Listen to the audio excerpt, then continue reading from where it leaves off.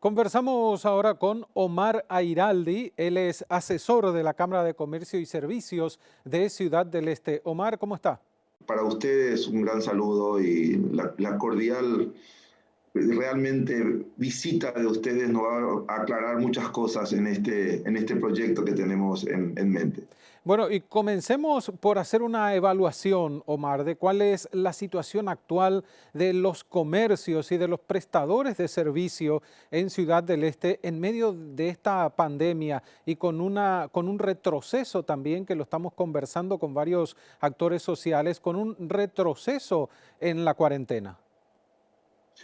Bueno, en realidad cuando decimos solamente Ciudad del Este sería injusto. Sí. Es todo el mercado de turismo receptivo y turismo de compra es el que se está pero muy mal en la actualidad. Y por supuesto que son las ciudades de Pedro Juan, Salto de Guairá, Ciudad del Este y Encarnación. Ujú. Nos hemos juntado en un esfuerzo común para poder lograr otra vez una alternativa de competitividad ante los comercios de duty free que se están instalando del lado brasilero, que van a ser altamente eh, competitivos, porque hay que reconocer que ese espacio del comercio que antes tenían nuestras ciudades de frontera, ahora vamos a compartir Ujú. con los mismos que hoy son nuestros compradores.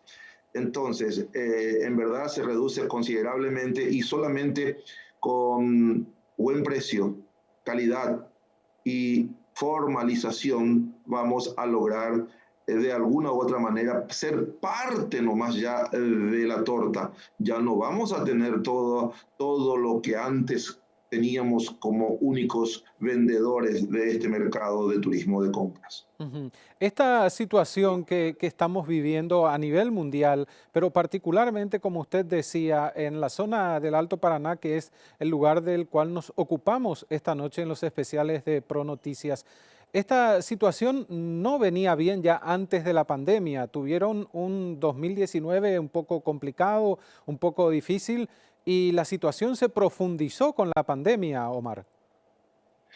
Sin lugar a dudas. Y yo le voy a agregar más años también. Veníamos en absoluto proceso de declive del comercio, de turismo, de Ujú. compras.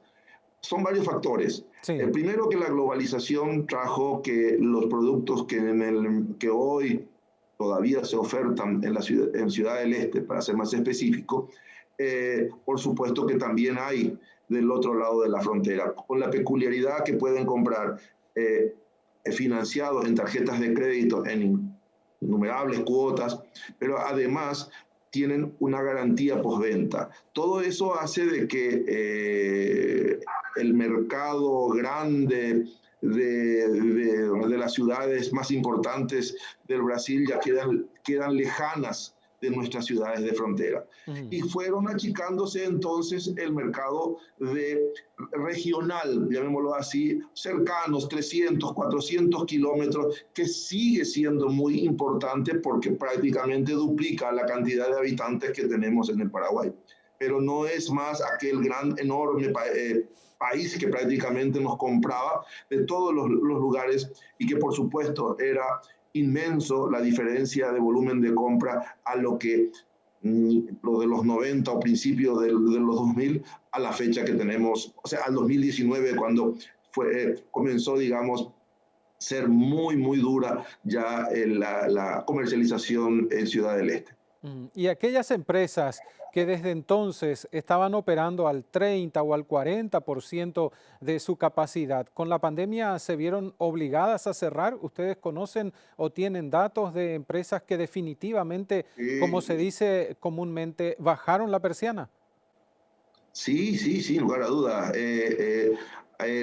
Perdón, yo creo que en el día que el mercado se reactive, vamos a ver una ciudad bastante paralizada. Ujú.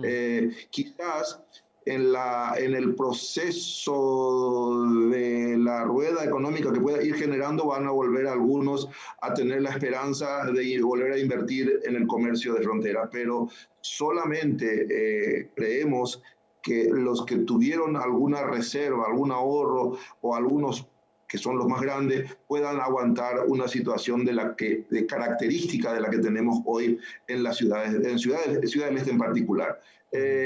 Lo que pasa es que uno tiene que entender que estas ciudades, o específicamente Ciudad del Este, tiene 3 ciudades dormitorios. Estas 3 ciudades dormitorios dependen en gran medida de cómo nos va en Ciudad del Este. Sí. Llámese Hernandarias, Minga, Guazú y Franco. Entonces, todo ese flujo, acá no termina en Ciudad del Este el problema. Después se trasladan a estas ciudades dormitorio para que esa crisis que se genera por la falta de comercio del turismo de compra, por supuesto, es mucho más todavía, porque son más vulnerables, entonces es mucho más duro todavía lo que están pasando esta gente. Una cosa son los comerciantes, sí, pero sin comercio no hay nada. Ayer justamente hicimos un Facebook y explicando a todo el país, porque realmente se transmitió en directo a mucha gente, en el cual expresábamos que la forma en que se distribuye el ingreso que se genera en Ciudad del Este hace que todos después en la despensa de Doña Ana lleguen con los empleados que se contrataron, con la gente que comercia, los mototaxistas, los taxistas, todo eso redistribuye, que es la gente que vive en las ciudades dormitorios. Entonces, toda ese bagaje y flujo comercial que después nacen en estas ciudades más pequeñas hace que, lógicamente, hoy sientan terriblemente el que el mercado de turismo de compra no esté funcionando. Pero no por la pandemia solamente. La pandemia nos vino a mostrar algo que la gente no creía. Porque nosotros tendríamos que estar muy felices al momento en que se pudieron abrir los negocios. Nos demostró que nuestro mercado no es el Paraguay. En consecuencia, si solamente tenemos el 2 o el 3%, 4% con suerte, de lo que es el comercio de compras de paraguayos en estas ciudades tan importantes del comercio de compra al turismo extranjero, nos demostró el COVID que debe ser lo único más o menos que sirvió para algo, porque esto es realmente triste lo que está pasando con la pandemia, nos demostró de que nosotros solamente dependemos de un comercio extraterritorial. Es decir, que entonces está de más decir que si no tenemos ese mercado de competitividad una vez que la pandemia se retire, que el post-pandemia, en consecuencia, poco probable que estas ciudades puedan tener su maquinaria económica vuelva otra vez a funcionar. Es absolutamente imposible considerar que sin la extraterritorialidad del mercado que tenemos pueda llegar a funcionar. Desde esa óptica, ustedes también plantean un proyecto de ley que pueda reformular las condiciones en las que se trabajan actualmente en Ciudad del Este. Así es. En realidad el proyecto de ley es muy antiguo, tiene 27 años. Eso quiero que lo sepan. Es más, lo implementó primero Uruguay. Sí. Habiendo nacido una idea que en el año 93 ya surgió acá en Paraguay. Ellos cuando lo sintieron que era un hecho posible y potable, no dudaron en implementarla. Comenzaron con 2 ciudades y hoy tienen 12. O sea que tienen más ciudades que nosotros, parece mentira, ¿no? Y nosotros todavía estamos dando la vuelta a ver si le encontramos la cola en círculo y siempre le estamos corriendo la misma cola. Entonces, ¿qué pasa con esto? ¿En qué se diferencia? Cuando nosotros planteamos un régimen de turismo, significa, y acabo de explicar, de que es extraterritorial nuestro mercado. Sí. En consecuencia, en ningún momento un producto que va a ser vendido fuera del territorio tiene que estar nacionalizado, o sea, ingresar por el sistema aduanero convencional porque no es para consumo nacional. Ahora bien, puedo destinar una parte de eso al mercado nacional, pero ¿cómo hago para que ese producto tenga siempre una condicionante de ser reexportable. Aquello que traje al Paraguay, Sí. ingresé a un régimen aduanero y luego lo convierto en tiendas que actuarán como depósitos aduaneros. Estos depósitos aduaneros solamente pueden vender en la condicionante de que el comprador tiene que ser no residentes en el país. En el caso, y ahora estamos diagramando algunos cambios también perdón, algunos cambios estamos haciendo en función de la ley, porque el proyecto tiene algunas ya reformas en función de entendimiento que estamos buscando con también los gremios de Asunción y que por supuesto hace que busquemos la forma que el mercado también paraguayo pueda tener, pero con la condicionante que tiene que pagar todos los impuestos, no como hoy, que es un híbrido. Entonces, en el momento de la operación de compra del paraguayo tiene que pagar los aranceles, el IVA, el selectivo al consumo si corresponde. En consecuencia, en ese momento se consuma también otra vez un mercado nacional, pero con los impuestos que correspondan pagarse. Sí. Bien, eso es algo importantísimo. Ahora, en el mercado extraterritorial va a pagarse solamente el impuesto a la renta. Y con un anticipo, que eso no lo están diciendo los gremios, con un anticipo del 4% en el momento de ingresos aduaneros. Eso es altísimo, eso significa el 40% de utilidad que no lo tiene el mercado de turismo, pero no importa. El tema es generar recursos también al Estado a través de un anticipo que ya se está generando al momento de la importación y luego todos los adheridos al sistema van a pagar su impuesto a la renta que corresponda al cierre del ejercicio por la diferencia que le falte. Omar. Pero en otros tipos de vendedores, como son los negocios llamados distribuidores Sí. del sistema, ellos sí van a pagar el 100% directamente de su utilidad que le corresponda en el impuesto a la renta. Ahora, ¿algunos gremios de Asunción ya se oponen al proyecto, Omar? Muy reticentes al proyecto, pero las argumentaciones son muy pueriles. Eso yo quiero dejarlo en claro, porque cuando uno argumenta, nosotros hicimos ecuaciones sobre los valores importados en el 2019. Miren lo que le estoy diciendo, y ahora es la primera vez porque ya un poco estoy hasta molesto porque esgrimen cosas que evidentemente no lo plantearon o no lo analizaron y entonces simplemente arguyen cosas que no tienen el fundamento técnico que corresponda. Nosotros no nos fuimos a tirarnos al vacío para ver si esto sale, no. Esto fue toda una argumentación técnica muy profunda. Conseguimos toda la información porque la aduana nos ha brindado le doy realmente la diestra porque en todo momento han sido muy considerados y voy a poner el nombre de la persona. Cristian Paredes fue un caballero dándonos toda la información porque le habíamos planteado que esto era para evaluar la posibilidad de tener un modelo de régimen de turismo formalizado. Al entregarnos la información de todo el 2019, el 2020 también nos entregó, pero el 2020 no tenía ni razón ni causa de hacer un análisis porque los valores son, realmente este año va a ser sabático, o sea que no hay nada para calcular. Entonces, lo planteamos sobre el 2019, hicimos exactamente la ecuación que correspondía en función de lo recaudado en el 2019 y cuánto era ya el 4% solamente del anticipo, ya corresponde al 52% de la recaudación. Y eso estamos adelantando en ese momento. Pero, ¿qué pasa? Pero eso no lo dicen, eso no lo plantean, eso se lo callan. O sea, pero está en el proyecto y dice solamente van a pagar el impuesto a la renta, que es un impuesto que se evade. No, nosotros no vamos a poder evadir, porque tampoco expresan que ese modelo solamente requiere de registros por facturas electrónicas y también inventario online. ¿Qué significa eso? La mercadería que ingresa al sistema del régimen de turismo sí tiene que entrar con 8 dígitos de la nomenclatura arancelaria. con el nombre que le corresponda y tiene que salir con el mismo nombre.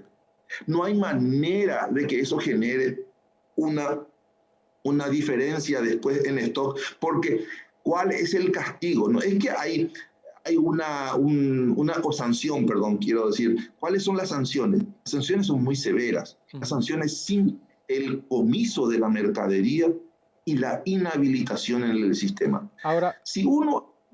sí, ¿Cómo?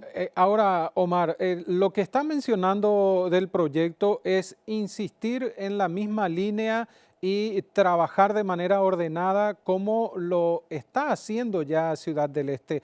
En algún momento, desde el gremio también al cual asesora, ¿no se plantearon lo que muchas autoridades plantean, muchos economistas también, que tiene que ver con la reconversión de Ciudad del Este y hacer de ella... Puede ser un polo industrial, dar mayor auge también a la maquila o profundizar las zonas francas? Bien, buena pregunta, pero la reconversión es el paso en el que uno hace un cambio sustantivo en su ciclo económico o en la manera de generar recursos. Sí. Paraguay no tiene esos saltos en forma rápida y usted tiene que ir teniendo la actividad que le está generando recursos. Recuerde de que el año pasado fue 4.500 millones de dólares y le falta a Paraguay 4.500 millones de dólares, no sé dónde vamos, eso le soy sincero.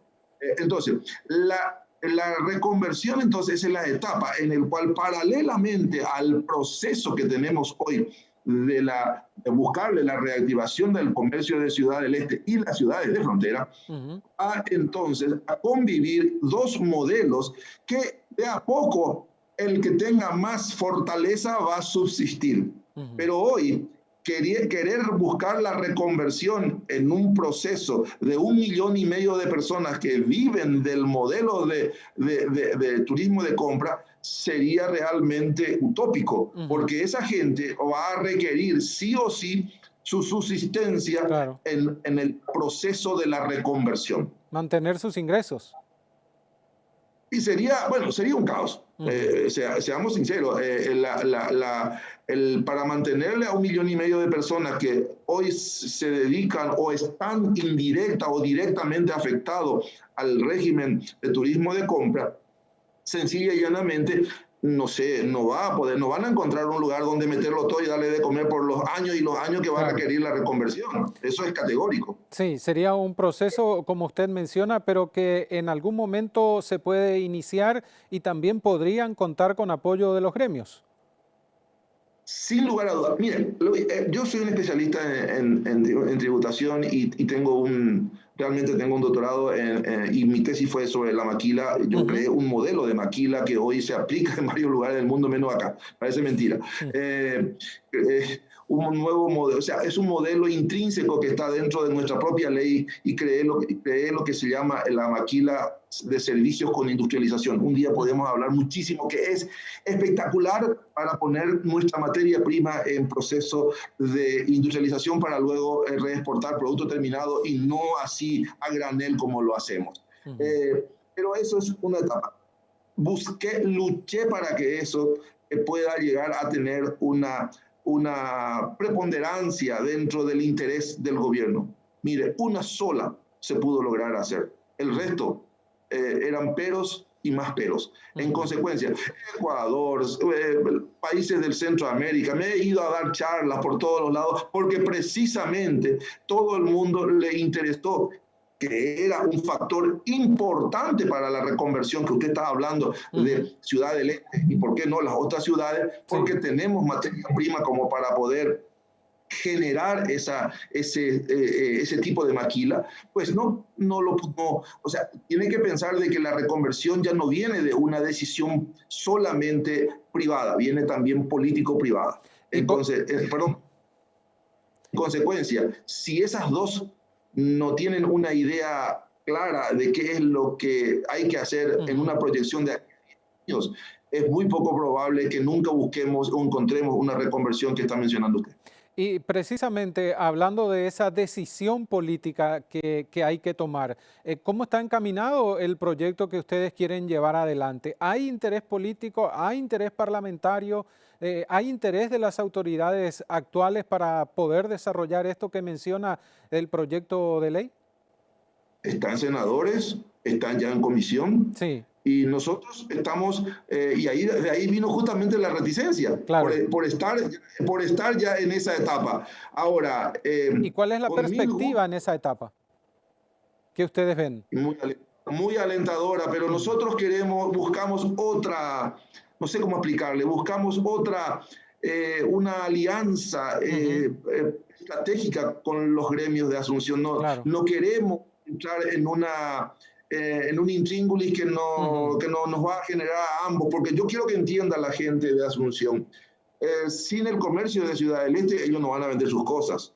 Y nosotros sin ellos también tenemos dificultades. O sea que, en realidad, es un interés genuino que ambos estemos unidos en un proyecto de estas características. Y no, nosotros no estamos ni siquiera mínimamente, usted habrá leído la solicitada que se ha hecho, y solamente rebatimos las falacias en el que se fundamentan sus argumentaciones.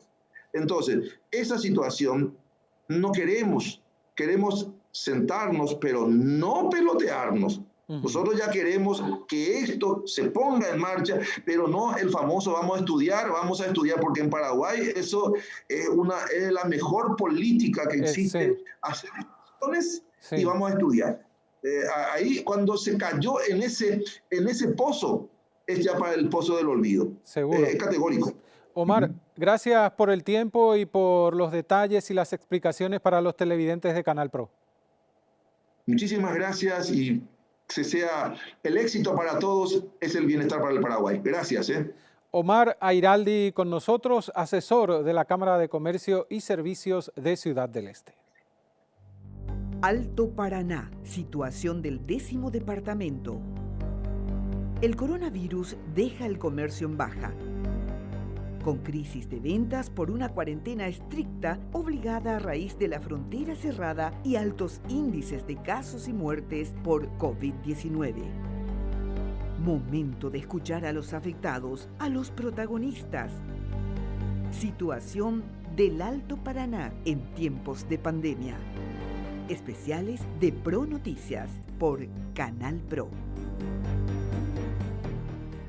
Establecemos contacto ahora con el director ejecutivo del Consejo de Zona Franca, Roque González. Roque, ¿cómo está? Gracias por atendernos.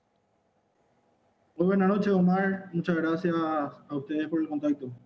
¿Cuál es la situación actual, Roque, en todo esto que está relacionado con la pandemia, la cuarentena estricta en la zona del Alto Paraná? ¿Cuál es la situación con las empresas que trabajan dentro de las zonas francas y la situación de los empleados de estas empresas? Sí, como todos sabemos, Omar, estamos pasando por una situación bastante especial que se profundiza un poco en el este del país. Sí. En ese sentido, estuvimos visitando justamente Ciudad del Este para interiorizarnos de la situación de ambas zonas francas. Ujú. Nuestro país cuenta actualmente con 2 zonas francas que están instaladas ahí en Ciudad del Este y que también fueron alcanzadas, por supuesto, por toda esta situación que estamos pasando, especialmente ahí en la frontera, ¿verdad? Como sabemos, Ciudad del Este está pasando un momento crítico en lo que respecta al comercio y eso Sí. también alcanza, por supuesto, a estas empresas que están instaladas en las zonas francas. Ujú. En Hablamos, cuanto en sí. cuanto al empleo, es lo mismo, ¿verdad? También están siendo muy afectadas. En la visita yo pude verificar justamente que hay empresas que están trabajando al mínimo, otras directamente no están operando. Y según información que me pasaron ahí los concesionarios, las empresas tuvieron en algunos casos que hacer despido de personal, ¿verdad? Ujú. Hablamos de cuántas empresas, más de 30, ¿verdad? Sí, sí, así mismo. Es una cantidad importante de empresas que están operando en ambas zonas francas, ¿verdad? Ujú. Dependen casi exclusivamente del comercio con Brasil los productos que son hechos ahí en las zonas francas son exportados casi en su totalidad a Brasil, ¿verdad? Por eso es que más le golpea toda esta situación con el vecino país, ¿verdad? Ahora, ya venían también con un inconveniente relacionado a un ajuste de legislación en el Mercosur para poder vender sus productos al Brasil. Esto también se estaba dando y se suma lo de la pandemia, Roque. Así mismo, Mar, así mismo. El decreto 1933 del año pasado puso en vigencia una decisión del Mercosur que justamente hace que estas empresas instaladas en zona franca tengan que pagar actualmente un arancel que anteriormente a ese decreto, anterior a ese decreto, no lo estaban haciendo, ¿verdad? Nosotros estamos viendo los mecanismos para justamente poder salvar esa situación, ya sea con acuerdos bilaterales con el vecino país. Estamos buscando las herramientas para poder solucionar ese inconveniente, ¿verdad? Y se da un Y lo de proceso, la pandemia fue de alguna manera un segundo golpe, ¿verdad? Por eso es sí. un poco difícil en este momento identificar en qué porcentaje fueron golpeadas por esa situación que se dio el año pasado y esta nueva situación que se dio con la pandemia, ¿verdad? Entonces, esperamos que una vez que mejore la situación con Brasil, también podamos trabajar mejor para encontrar esa solución, ¿verdad? Y producto de esta situación que se presentó ya con la legislación, ¿hay empresas que están pensando a migrar a otro régimen como la maquila, por ejemplo? Sí, se le había dado la opción a estas empresas para poder migrar al régimen de maquilas. De maquila. Hay empresas que quieren continuar operando bajo el régimen de zona franca. Sí. Eh, Ambas son regímenes especiales, ¿verdad? Hay algunas empresas optan por el régimen de zona franca y quieren mantenerse, por eso es que están aguantando todavía para, para poder encontrar esa solución que te mencioné, ¿verdad? Ujú. Otras sí están analizando esa posibilidad de migración, pero esperemos que la solución podamos encontrarla rápidamente, ¿verdad? Sí. Mencionaba también, Roque, la situación de los empleados de estas empresas. En algunos casos hubo suspensión de actividades para ellos a través del Ministerio de Trabajo. ¿Cómo se consensuó eso? ¿Qué puede contarnos en relación a ese hecho?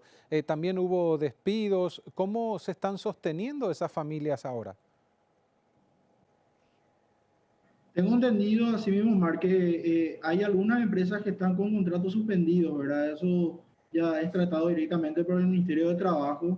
Otras empresas sí, debido al cese de actividades, tuvieron que, eh, que despedir gente, ¿verdad? Ujú. Me imagino que esa gente es la que ahora, justamente, hoy el Ministerio de Hacienda inició la inscripción para el PTU 2.0, así que va a ser beneficiada con ese subsidio, ¿verdad? Y desde las decisiones que toman también las autoridades del gobierno central, ¿cuáles son los términos generales que se están analizando para poder reflotar nuevamente el sector de las zonas francas, de estas dos zonas que mencionaba usted tenemos en el Alto Paraná? Sí, como te mencioné, nosotros en primera instancia queremos buscar una solución temporal Ujú. en el sentido de levantar ese arancel de manera a poder después sí encontrar una solución definitiva, ¿verdad? Ya sea mediante un acuerdo bilateral con Brasil o u otra vía de solución, ¿verdad? Como sabemos, como dije al principio, ¿verdad? En realidad, estas empresas de zona franca están siendo afectadas como todas las demás empresas del país, ¿verdad? O sea, Sí. eso es muy importante recalcar, ¿verdad? Sí se da un mayor impacto justamente porque ambas concesionarias en realidad y las empresas que están dentro de la zona franca están en el este del país y como te dije, dependen casi exclusivamente del comercio con Brasil que ahora Ujú. está bastante golpeado como todos sabemos, ¿verdad? Sí. Y a nivel Mercosur, ¿cómo se avanzó con las conversaciones? A nivel Mercosur queremos también nosotros justamente impulsar ese tipo de acuerdos bilaterales para que nosotros como país, vamos a decirle, menos favorecido, Sí. tengamos algunos beneficios referente a ese tipo de decisiones que se toman en el Mercosur, ¿verdad? Es algo que queremos impulsar también desde el Consejo para poder justamente salvar este tipo de situaciones que podemos tener de repente, ¿verdad? Pero es algo que tenemos que reunirnos, hablar con los países integrantes del Mercosur y llegar a un acuerdo con ellos, ¿verdad? Sí. El capital de inversión en las zonas francas, ¿de qué procedencia es mayoritariamente, Roque? Las concesionarias, tenemos que distinguir un poco las figuras que actúan en el régimen de zona franca. Sí. Una de ellas es la del concesionario, que es, por así decirlo, el dueño del predio donde se instalan las empresas que operan en zona franca. Sí. Y la otra figura es el de usuario, que son las empresas en sí instaladas en esa zona franca, ¿verdad? Entonces, en cuanto a los concesionarios, son capitales paraguayos, ¿verdad? Y en cuanto a los usuarios, dígase, las empresas instaladas en la zona franca, sí hay una diversidad de capitales, ¿verdad? Entre paraguayos y extranjeros, ¿verdad? Hay capital brasilero también, hay una empresa japonesa también, o sea, es bastante diverso el origen de capital que tenemos ahí, ¿verdad? ¿Y la diversidad también se da en los rubros de trabajo, Roque? Así mismo, tenemos zona franca o empresas industriales y tenemos comerciales. Ahora también estamos afinando una ampliación del decreto de zona franca de servicios que va a estar próximamente ya para que pueda también operar empresas de servicios que van a traer también, me imagino, un alivio justamente en lo que respecta al empleo de mano de obra paraguaya, ¿verdad? Sí, y en relación a ese tema, mano de obra paraguaya directa vinculada a estas dos zonas francas. En realidad no manejo los números exactos, Omar, pero estaría en principio alrededor de 3.000 personas que justamente se va actualizando con toda esta situación que están pasando. No te podría hablar de una cantidad empleada en la actualidad, ¿verdad? Pero sí es ya inferior a ese número, ¿verdad? Sí, y tomando en cuenta la situación, como decíamos al principio, de cuarentena estricta por la pandemia, estas personas y sus familias hoy en situación vulnerable. Asimismo, es la situación que se está pasando un poco en general en todo el país y en mayor medida, como sabemos, ahí en Ciudad del Este, ¿verdad? Los empleados que trabajan en ambas zonas francas, por supuesto, son de la zona, así que están sufriendo también las consecuencias de toda esta situación ahí en el este del país. Roque, gracias por el tiempo y los datos para la teleaudiencia de Canal Pro. Gracias a vos, Omar, a la orden. Roque González, director ejecutivo del Consejo de Zonas Francas, conversando con nosotros en los especiales de Pro Noticias.